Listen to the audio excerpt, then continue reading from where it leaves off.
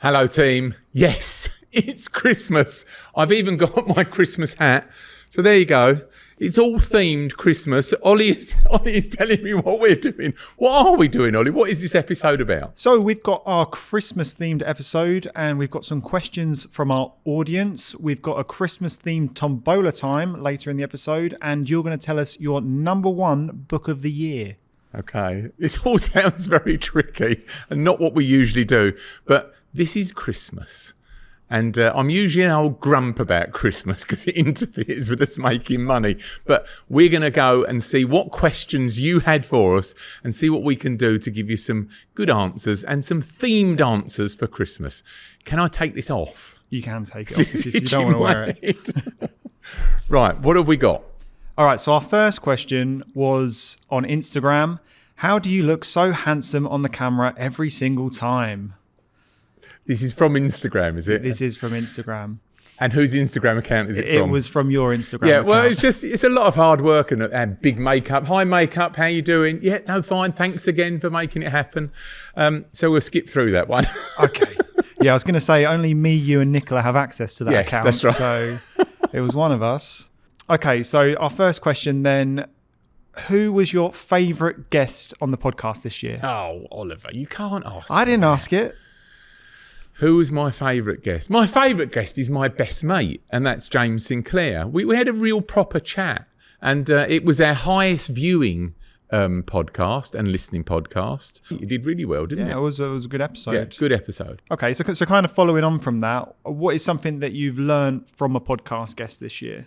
I think the why do we make podcasts is that it actually keeps me in tune with what's going on. I'm learning on every single episode of how people run their businesses and the differences that they have, Ollie. And I think you've felt the same. You're coming along for the ride. You're intimately involved in the editing and listening through and making the videos.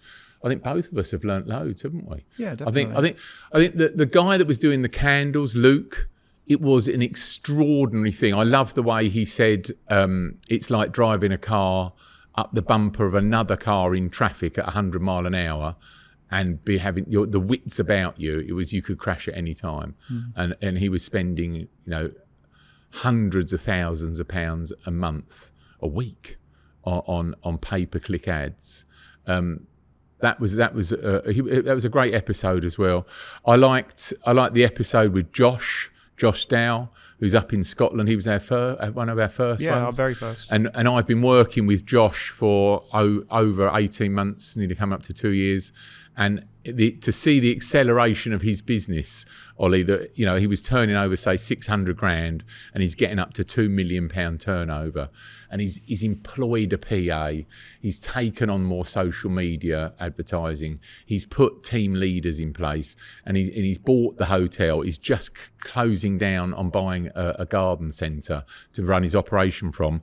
That really excites me, and I need to bring that story to our listeners and viewers because they can see that it does work. With stewardship, it really does work. Yeah, that was May that he was on, and that's all that progress in such a short amount of time. No, it's a very short amount of time. Yeah. No, I think for me, it's all of those these business owners that we've had on. It's like Luke with the candles. Yeah. We've had a guitar strings man. Yeah. In the new year, we just filmed an episode with a guy that does silent disco. Yeah. It's like, who knew there was so much money in all of these sort of random things? Guitar strings. Yeah. I mean, niche isn't the word. It's so niche. It's unreal. Yeah. If you could swap places with someone who has been a guest on the podcast, who would it be? And what would you do differently in their business? Oh my God, mate! I'm not too sure I'd want to swap places. I love my team here at our headquarters here, and with all the different businesses we run. And I'm not too sure I'd want to swap places. But I think that the difference is sometimes with some of the businesses is I would think bigger. When we've had businesses on, they tend to not think broad enough with a bigger sort of end goal vision. They seem to be quite closed, and I think the common trait with entrepreneurs really, and a lot of them we've had on the pod, not all of them, but the bulk of them, is that they're they're in their own way and they've set their own parameters and their own restrictions of what they think they can do or how much money they think they can raise. And the real truth is that you can do a lot more than that. You just need to change your thinking, you know. Okay. Is there, I don't know, obviously you wouldn't want to change positions with anyone, but is there sort of an industry that one of our guests has been in that you thought, I quite like the look of that? What I really like is, and I wish I'd known James Sinclair when I was a younger person, because I think I would end up with an attraction park. I love that business, and I do lots of work going around with James to look at stuff and acquisitions with him. And I think, God, I would like to do this, you know, to make that family entertainment from, you know, 3-year-olds right through to 65, 70-year-olds, you know, and that whole demographic of entertainment and that polished park. You know, even our estate here, we're highly groomed, and it all looks wonderful when you come here. I would like to have been able to do that. I mean, never say never. We'll see what's on the horizon. Yeah, what puts you off? The blood and energy and sweat. And when I see my mate doing it, you know, it's not for the faint-hearted. He has to work 24/7 to make that work. And I'm not too sure I would have the commitment at my age to do just that singular business with the other ones that I've got around me, Ollie, you know. Of course. Okay, well, let's move on to another question. So this is another one from Instagram. It is, what business would you start in 2026? And I think I'm going to add to this. Like, imagine like you're a young entrepreneur, maybe in your 20s, and you're just starting out. What would you look into? I like the space for lakes, golf courses, and glamping sites. And we're doing a project here that we'll let you know more about as that happens. But where you're creating a glamping experience, but high quality on an existing leisure area. So you take a leisure area that's earmarked for leisure, like fishing, and then you're putting pods on there for fishermen or for people to come and relax with their dog or have a sauna on the deck.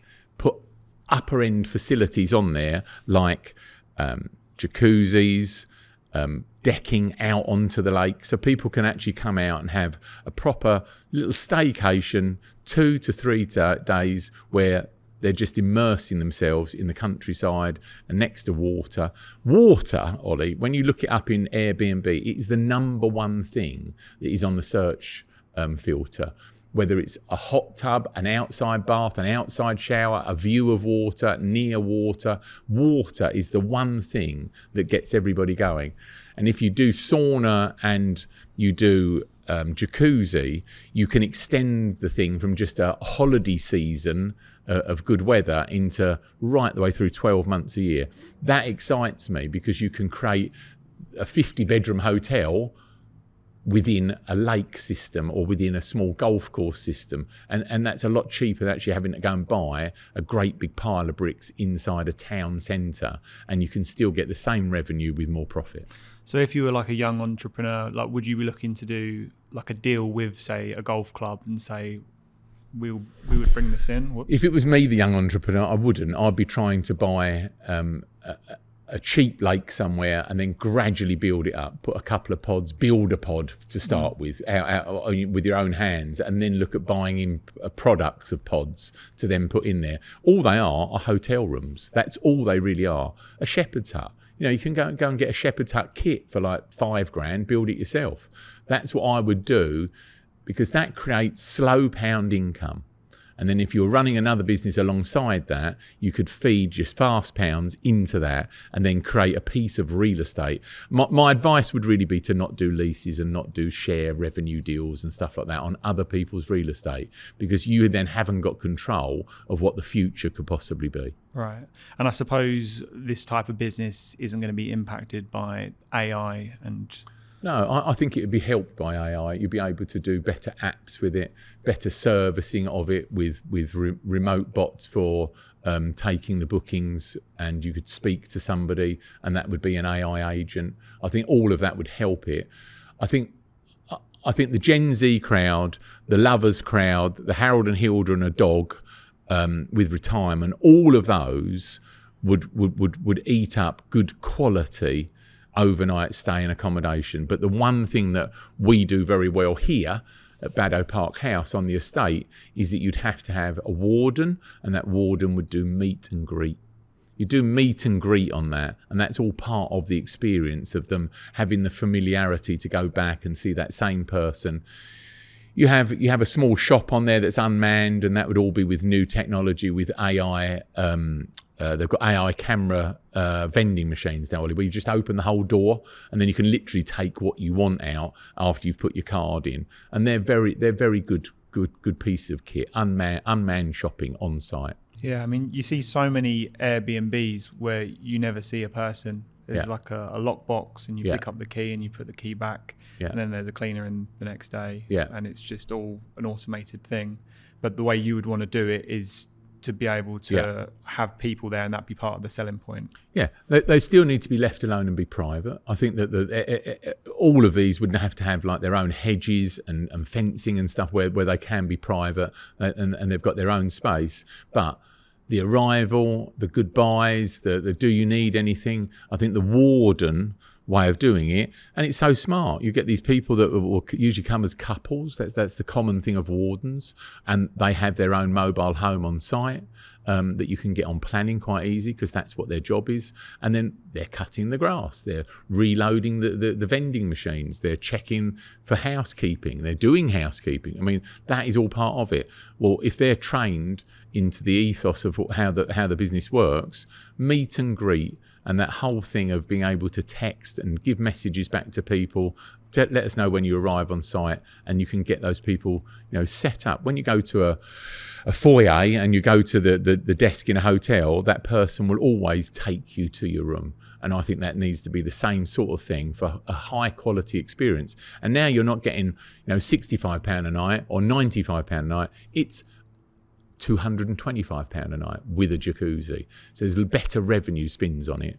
And I think that the upper end market will always be there as a customer, where the lower end market is a need when needed. And that's completely different. There's one's a needed one, and one's an aspirational one. And they're different money markets. Okay.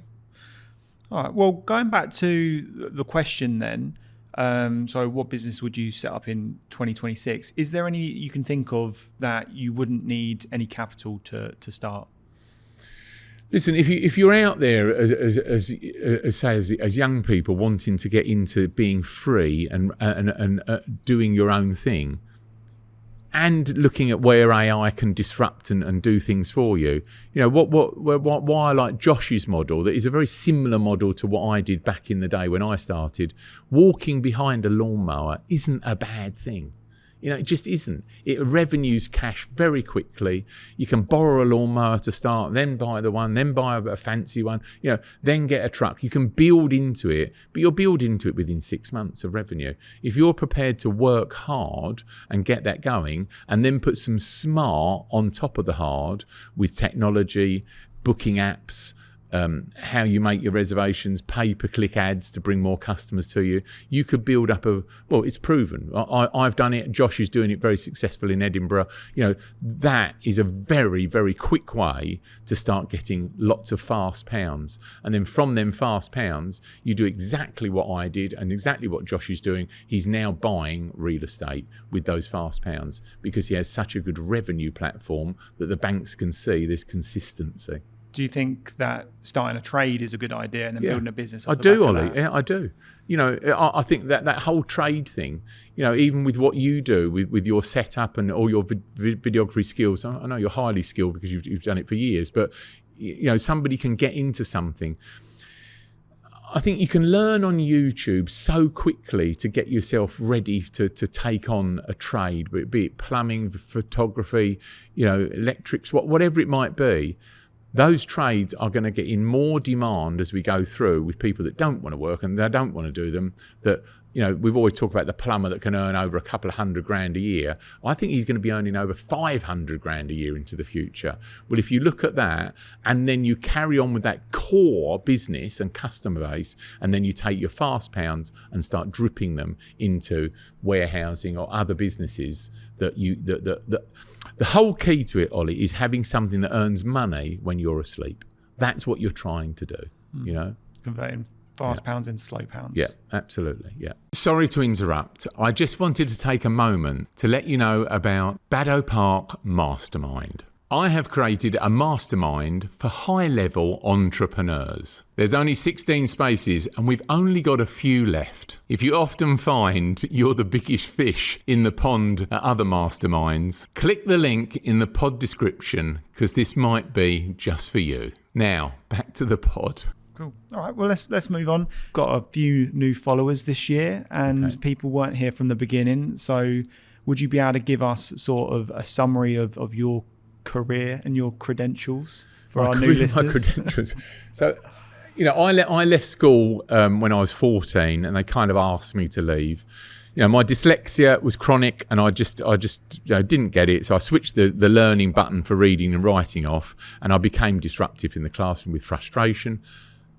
When I left, my parents weren't that happy because we lived in a pub at the time. So I started cutting the grass in the pub, and then I started cutting the grass for other pubs. And that went on, and off we went.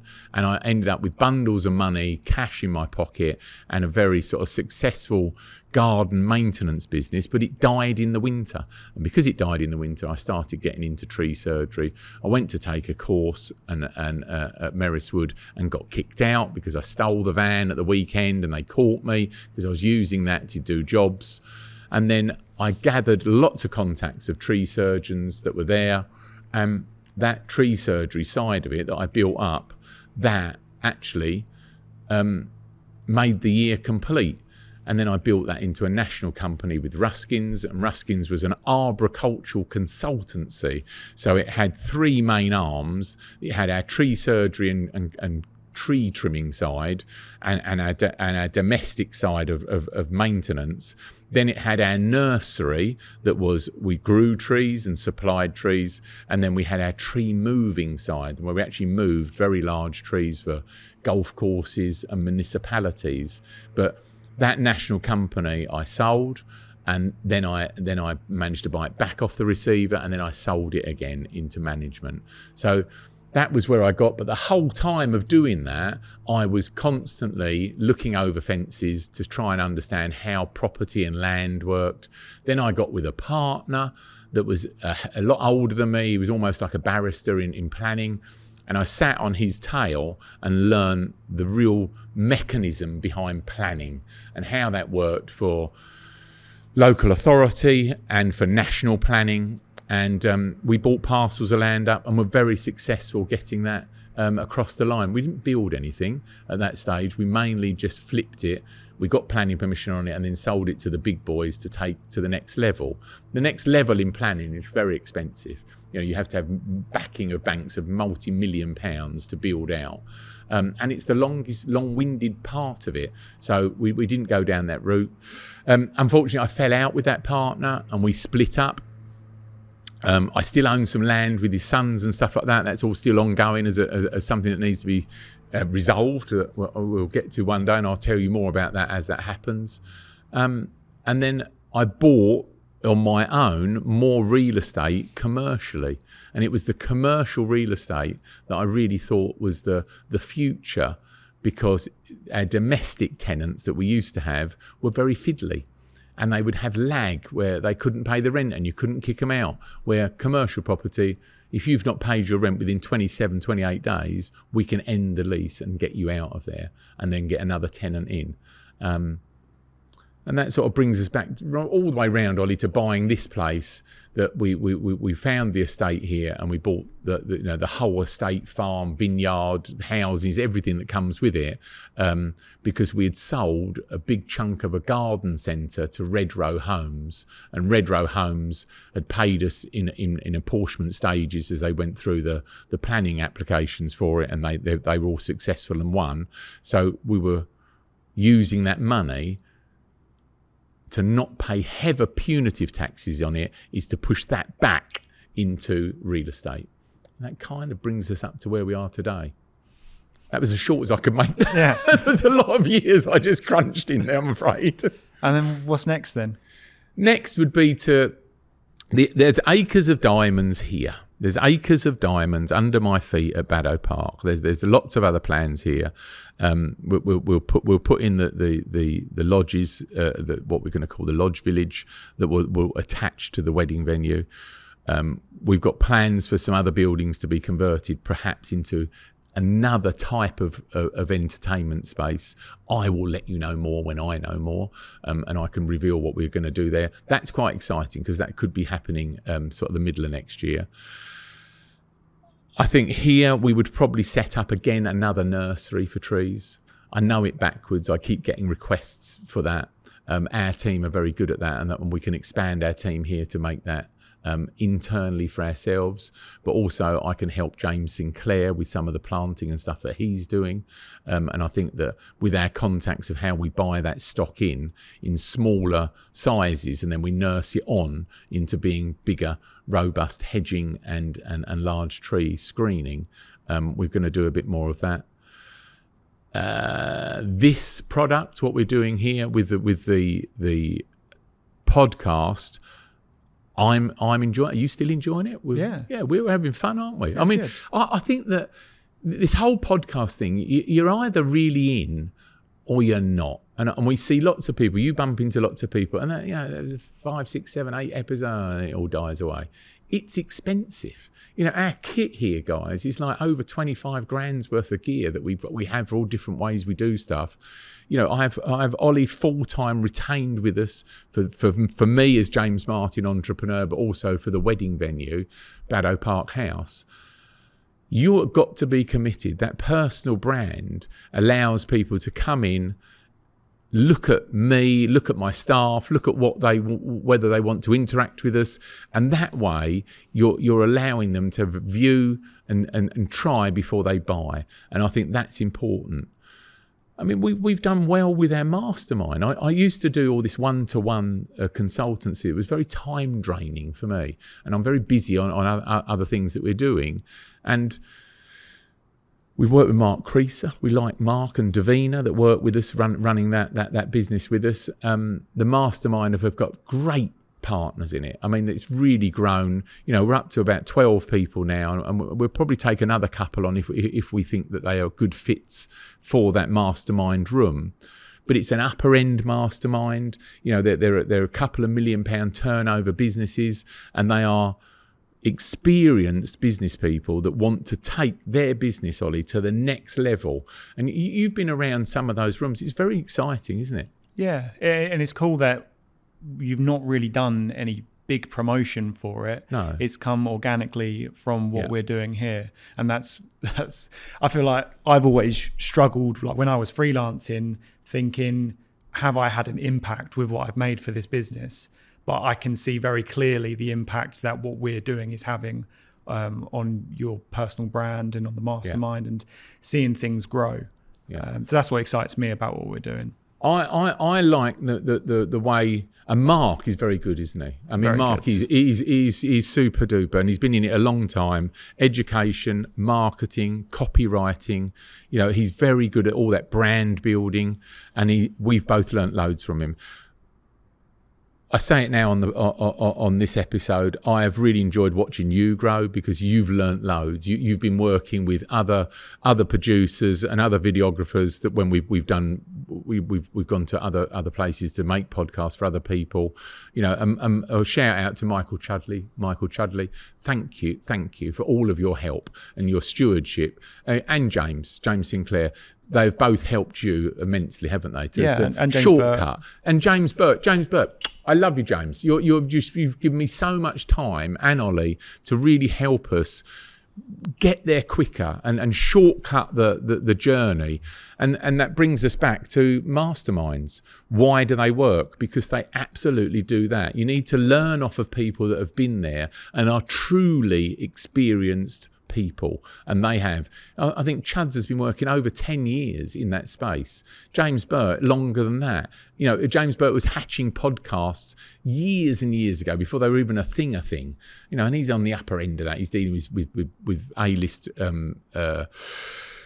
what are they called? A-list clientele. A-list clientele he's dealing with, and they, he's very, very good at that, and that I'm very fortunate to have those people in my circle of friends. So that's great. So thank you all very much. Well, that sort of leads nicely into our last question for the main body of this episode, which is, do you have a New Year's resolution? Yes, I do. It's funny because we've not spoken about it. We're hatching this as it's going. Right, sleep. I've just been away with my daughter, and she goes out with Sam Wright. So look up Sam Wright. He's online fitness and lose weight and make yourself look gorgeous. And he was with me for a few hours talking about sleep. And I've got to get more sleep. The brain almost does like a flush, like a flushing out the radiators of all the muck that gets in there, and it does this thing, and that takes 8 hours. And we all should be doing 7 to 8 hours sleep every day. And I don't go to bed. I don't really go to sleep till 1 o'clock in the morning, and I get up at 5:30, and I've got to change that. And he was in detail, person to person, explaining to me, and that's definitely my New Year's resolution. My New Year's resolution is more sleep. And second, Ollie, is if you have nothing good to say about someone, don't say anything. So scratchy bitch claws, talking about what someone's done to you, what they haven't done. I don't do a lot of it, but I catch myself sometimes moaning, and I've got to stop doing that. What, like about? Oh, someone who's let us down, or someone at work that doesn't do the way we want it to do, or somebody that we've interacted with, oh, they're always late or whatever. If you've got nothing to say, don't say anything. And it makes you a better person for just being able to contain that and hold it in. Well, come on. They weren't probably the ones you expected. What of yours? What are you going to do? I think for me, it's get a bit more organised. Right. I think there's some systems that we could put in place to make my life a little bit easier. Yeah. With like booking podcast guests and things like that. And as well, I think it's just consistency with my running. I'm doing a 10K in February and a half marathon in April. And I think just sticking at that. But that turning up and doing it, I mean, it is important. I mean, I've been swimming this morning. It was 3 degrees in the water and 2 degrees out of the water. And I swam a quarter of a mile this morning. And it's taken me about an hour to warm up, but I'm bristled up. I'm ready to go. And I think that you're right. I think you're right.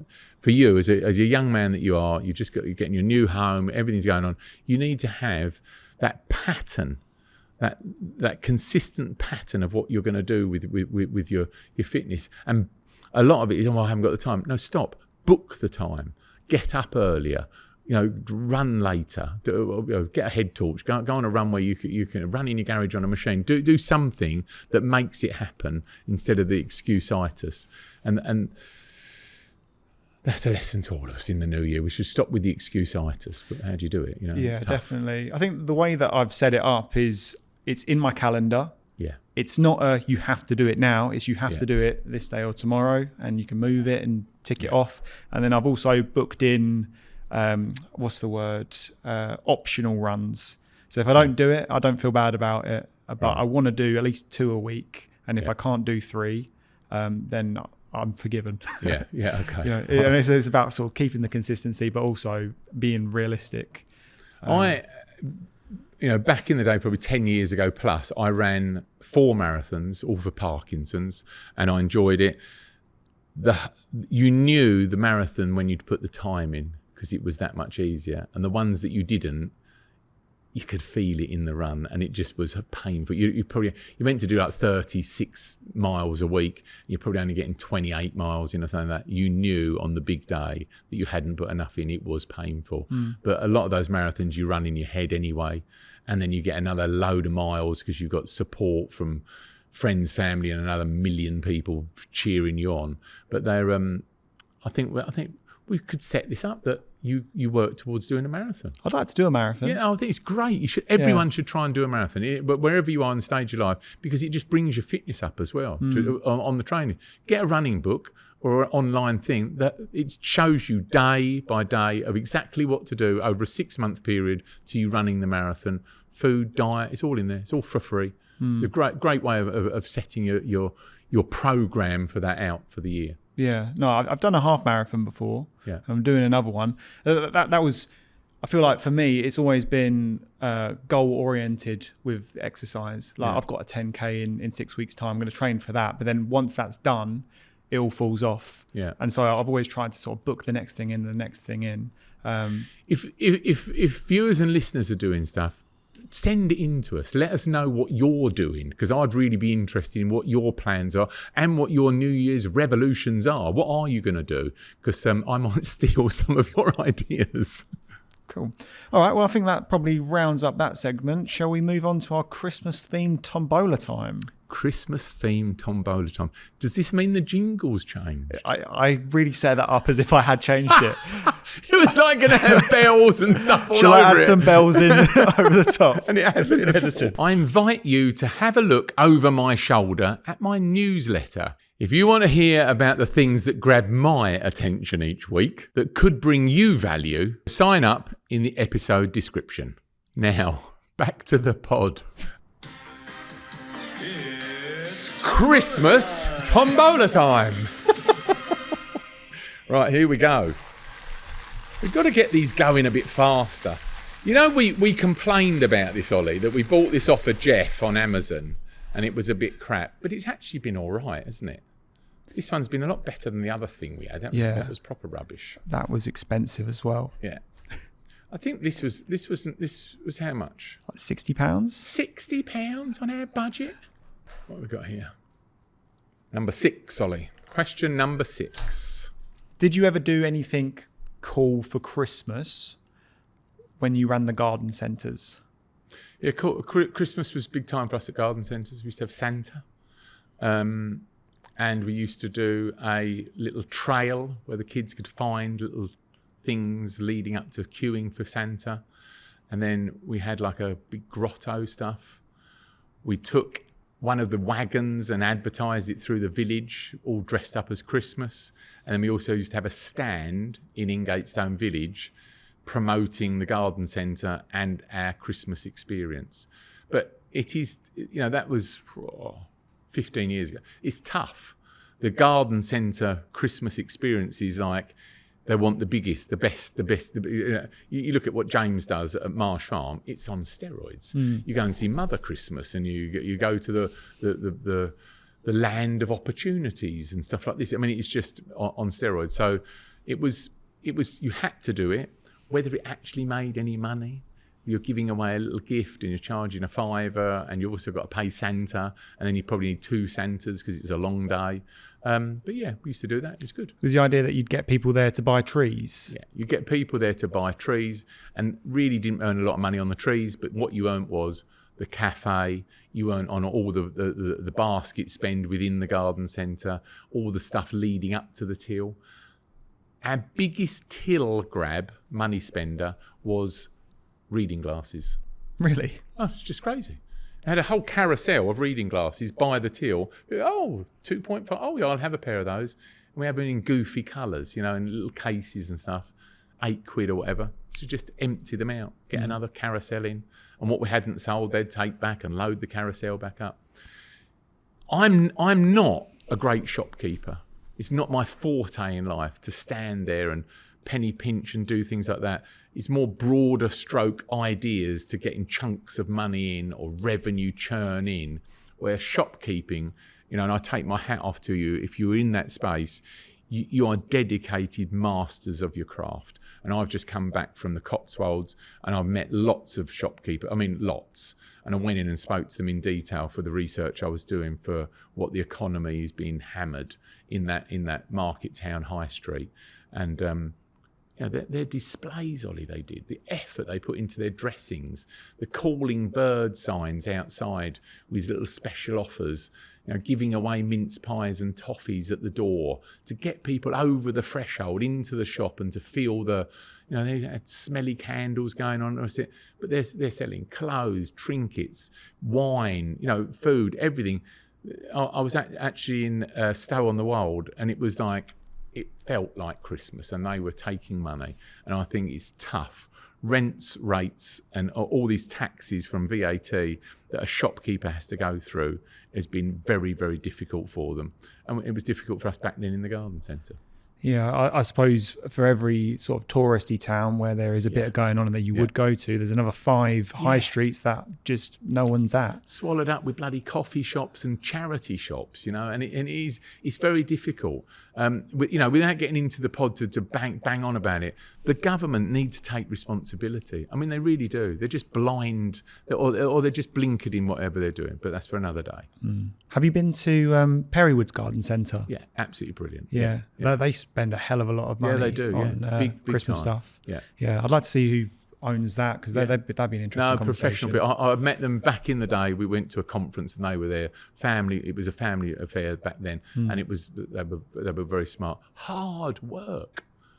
There's no getting away from it. This is entrepreneur conversations. It's hard work, and you've got to have all those innovative ideas to, go the extra 0.5% to tweak the model to get another pound in the basket. It is tricky, but who I met the last few days were very good at it. All right, should we do another question? Okay. Here we go. It's tombola time. In 2026, are you going to make more jingles in your bedroom? Might do. Right, we have question number 15. Okay. What's the best Christmas you ever had? Oh my goodness me. I think the best Christmas we ever had was in early December.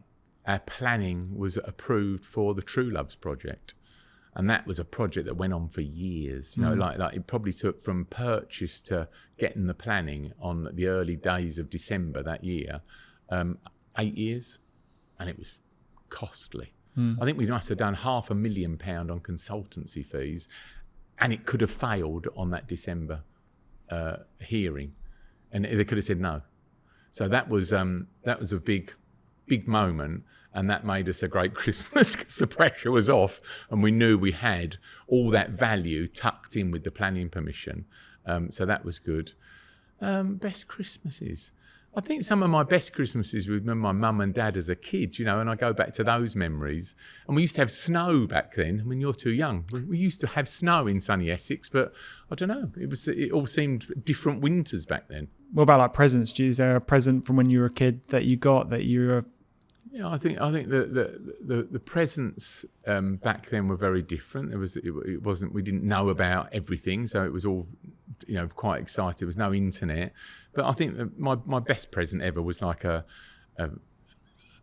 5-gear racing bike, and I wasn't expecting that, and I'd been told that I wasn't getting it because I'd been misbehaving and stuff like that. And my parents came up with this lovely bike. It was a Poosh. Funny brand, Poosh, a Poosh bike, and it was 5-speed. Oh my god, it was just great, low and high gears and stuff, and I love that bike. Yeah. Cool. Okay, let's do one final question. Okay, here we go. Tombola time. It's tombola time. Oh, we love a feature. Right, here we go. We have got, Ollie, number 8. Question 8. Did any of your businesses do anything festive? Well, yeah, the garden centre used to do that. But even when I was in my parents' pub, was the Bridge House at Upminster Bridge. Anybody from Upminster? Hello. They used to have the pub, the Bridge House. And my dad was pretty good, and my mum. They used to let me do stuff. And I used to sell Christmas trees from the car park.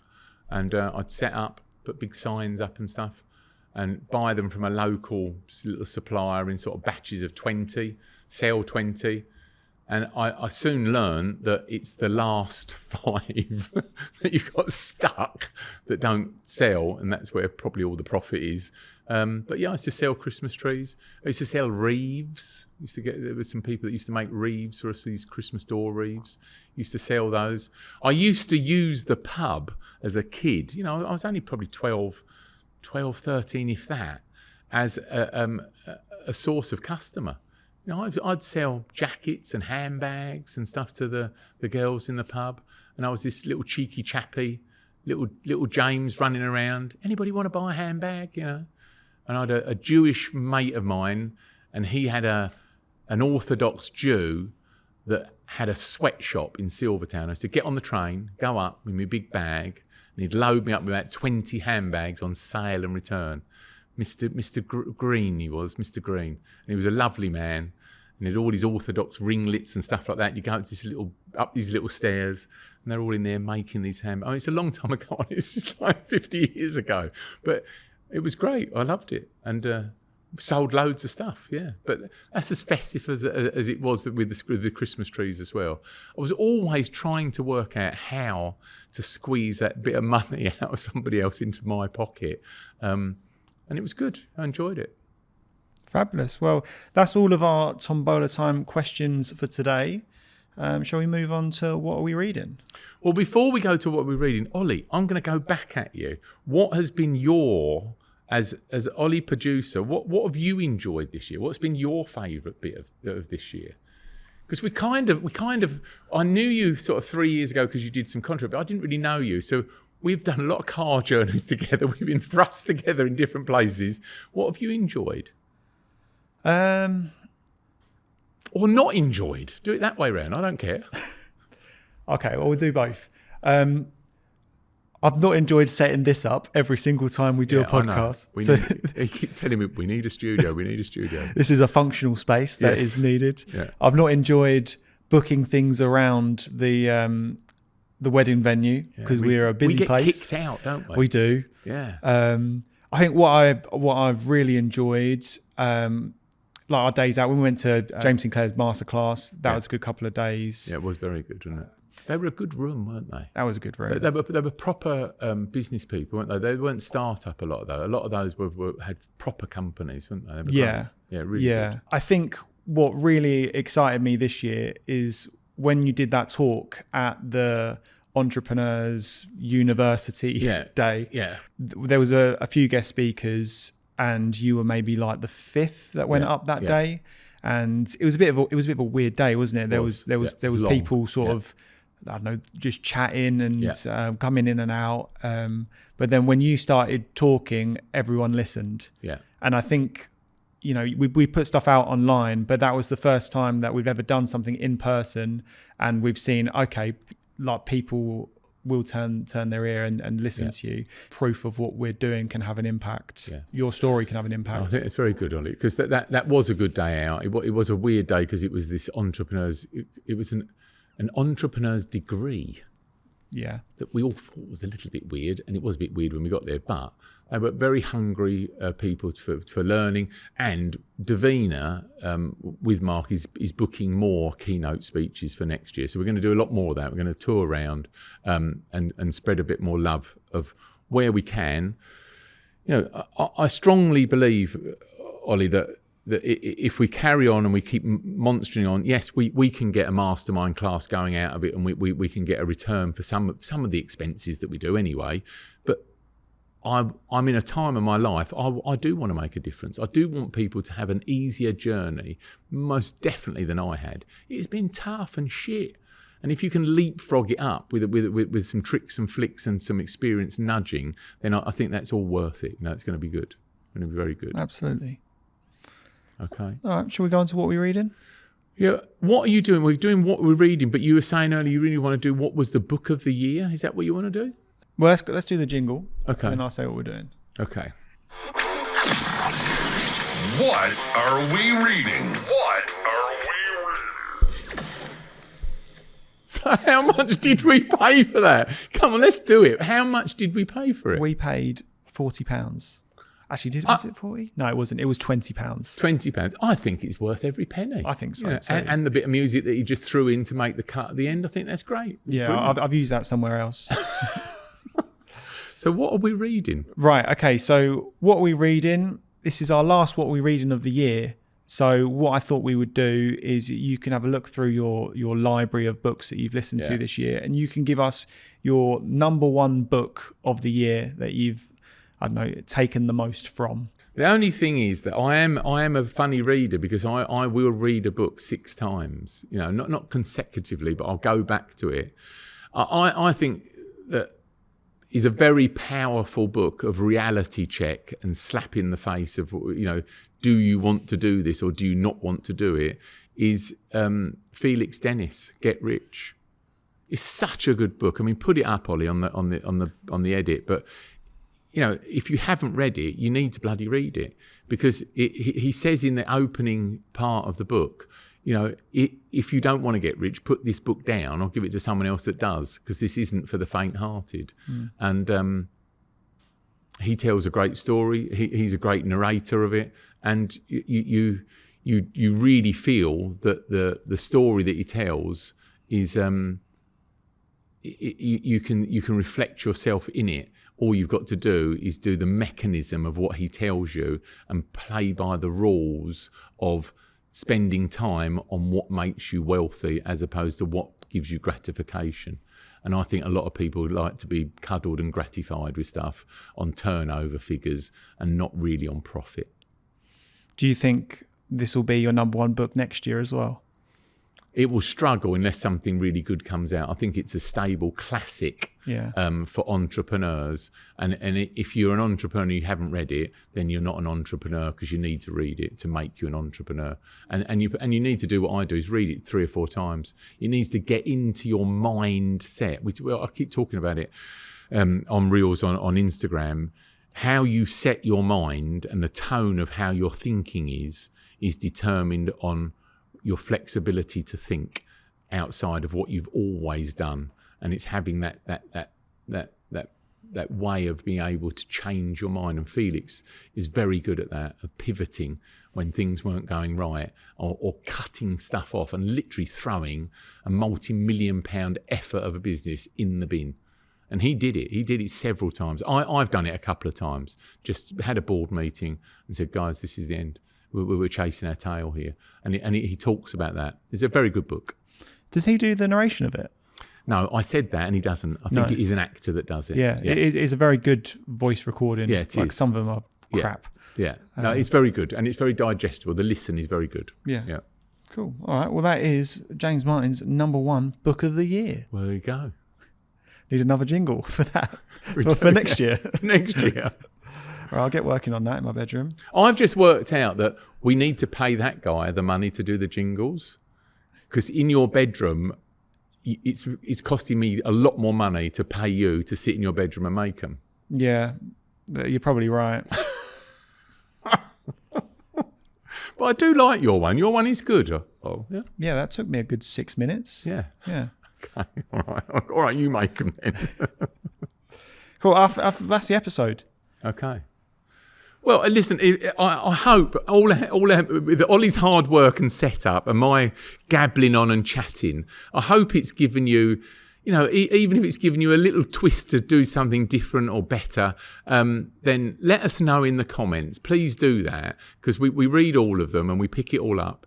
And we really look forward to seeing you into 2026. Tell someone else, get someone else to listen if we can help them. Pass the pod and give us a review, and subscribe to all the stuff that will help us get this going to a sort of a bigger audience, and hopefully we can touch more entrepreneurs and give a little bit more insight to what it's like to be a weirdo in the entrepreneur world. So this is James Martin, Entrepreneur Conversations. And Merry Christmas. Oh, yes, and a Merry Christmas. If you've enjoyed this episode, like, subscribe, leave a comment. There's someone you know that could gain something from what we do here. Pass the pod. And if I'm lucky, I'll see you on the next one.